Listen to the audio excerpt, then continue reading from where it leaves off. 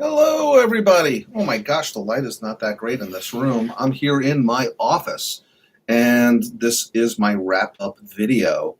Uh, oh man, I should have moved things in the background. I look pretty sloppy. I've got all my box of old Cheez-Its there, and my fan. I turned that off, so it's kind of warm in this office. So let's see if I can get some better light. Who knows? Anyway, so we finished our 30 days of Anachrony. Look at this. I even keep Anachrony stuff at my job. This is the old box, of course, not the Infinity box or whatever. Let me just tell you, we had a grand time with the 30 days of only Anachrony. I wanted to play 30 days or 30 games in 30 days, but we didn't quite make it. We played 27 games in 30 days. I did have a minor surgery, and I played that day, and then the next day I was just out of it, and then there were a couple other. Then the next week there was one day we didn't play because I was just sort of like still kind of recovering. And then the last day, day 30, I don't want to use the word burnt out, but I think the word is I didn't want to burn out. That's maybe it. We had gotten so familiar with every faction and every side of the leaderboards and what you needed to do and the various combinations. I didn't want the game to become stale, and so I decided, you know what? Erica also won game number 27. I wanted her to go out on a winning note. There was no need to kind of go any further.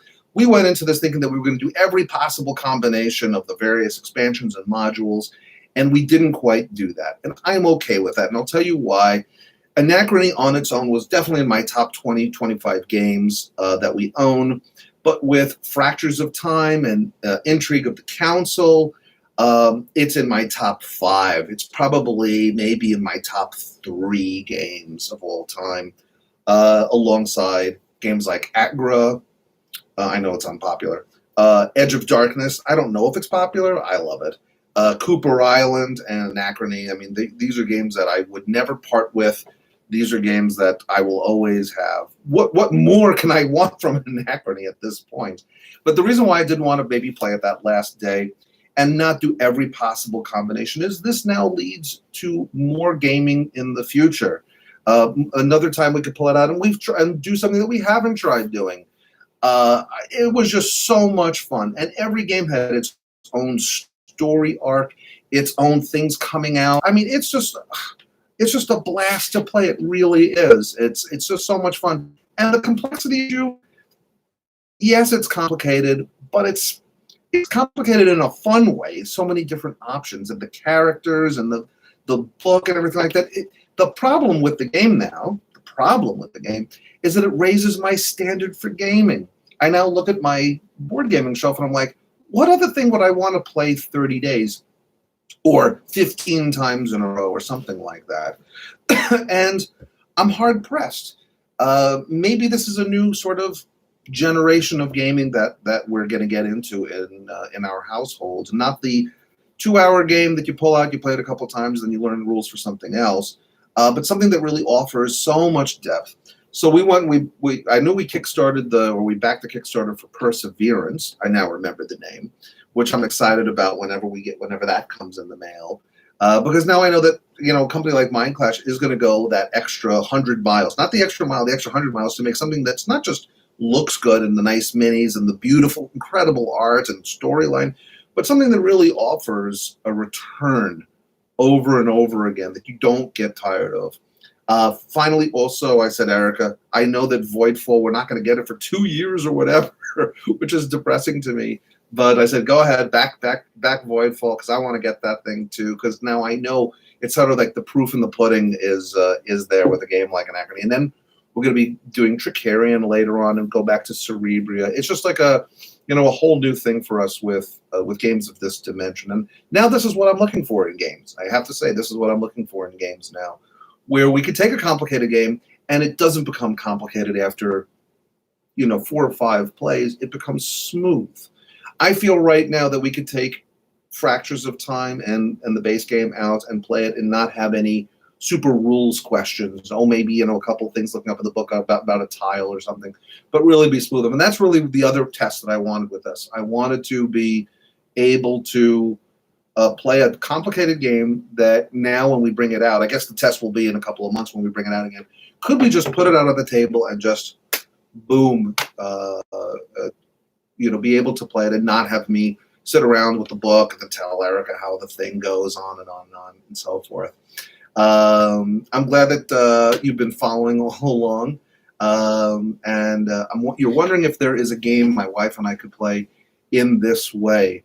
My favorite two-player game, which is kind of large and complicated, but also offers a lot of replayability, is Cerebria. If you have Cerebria, I know they say it's 2 to 4 players, and I've seen a lot of reviews that say it really works best at 2, that the collaborative issue doesn't work as well. But I know that one we played not this last summer, but the summer before, we played it like 10 times in a row. And I tried to get it to the point where, because each of you are a faction, you're gloom or you're like happiness, I can't remember the name now offhand, and you have a book and you basically kind of get to know the various characters that you have available to you. Very clever game, very unusual game too in some ways, but it was one that I knew that every time we came back to it, it was a totally new experience, and we kind of learned all of the nuances as it went along. So that's a possibility too. Well, I'm going to wrap. I'm here at work. I got to go to the class in about 5 minutes. So I'm going to wrap it up a little bit. But all in told, man, we had a great time with it. So what did we pull out? I'll give you my last couple minutes. What did we pull out next? We took about 3 days break, by the way. We took about a 3-day break. And we pulled out On Mars, the Vito Lacerda game, the Eagle Griffin game. Learned the rule. I relearned the rules. We only played it twice. That was the thing. In the old days, we used to learn like a big, heavy game. It was very, when we were beginning this, we was like, oh my God, what's going to be the arc of this learning and then playing the game? We learned the game. We played it 3 players once and 2 players once, and I was like, let's move it on. And I put it on the shelf. And I really want to give that one sort of the test of time. We want to play that a good, 5, 6, 7 times in a row. We played it once last night. And found that it was good. I liked it a lot. I didn't like it nearly as much as Anachrony. And we'll try it more. It almost felt like there was just so much going on. Not that this doesn't have a lot going on, but not as much going on that I felt was as satisfying, and that you were building up what you were doing was sort of building up what the opportunities that happened to be there. And every time we've played it, the scores were very close. I'm always a little iffy about games where, well, one person gets 110, the other one gets 106, or 98 to 101. That one person really did that much better. In fact, the game that we played last night was just because Erica forgot a card that was sitting there on the table on her last move. If she would have just grabbed that card rather than doing something else, she would have won by about, again, like 3 points. But we'll see. I'm going to trust the game. But definitely this sets a new standard for me. And it's funny because Anachrony was sitting on the shelf for a long time, and I remembered loving it when we first played it, but loving it sort of like, an 8 or an 8.5. As opposed to like when I first played Edge of Darkness. That's another one that I'll put out there. Edge of Darkness is a great 2-player when you play it for just 2 players, and again, vast replayability in that one as well. But I remember liking the game very, very, very much. But once the expansions were added to the game, Pioneers of a New Earth, Fractures of Time, Intrigue of the Council, that's what really put the game just sort of from that 8.5 to 9 reached to me to like 9.5 or above, 9.8 or something above. There is still some randomness in the game. You're still rolling dice occasionally, but sometimes that's fine. You don't need a game where everything is known all the time.